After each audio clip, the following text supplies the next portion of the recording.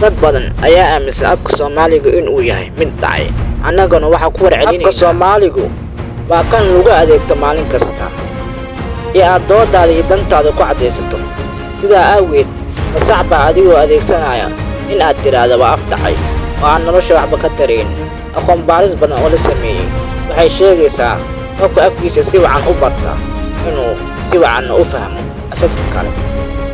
Aqoon baaris waxay sheegaysaa sidoo kale in carruurta yaryar aan waxba ka fahmayn afafka kale ee wax lagu baro.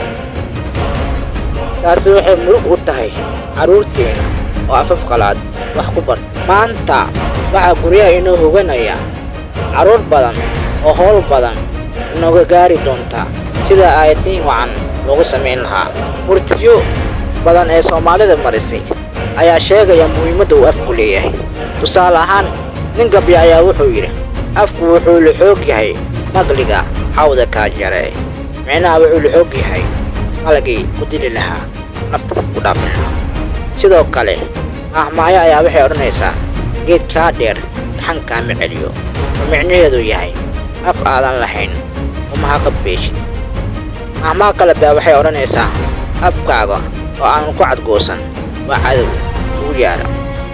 Micnaheedu yahay haddii aad afkaaga u adeegan weyso waa cadow waxba kuma taro.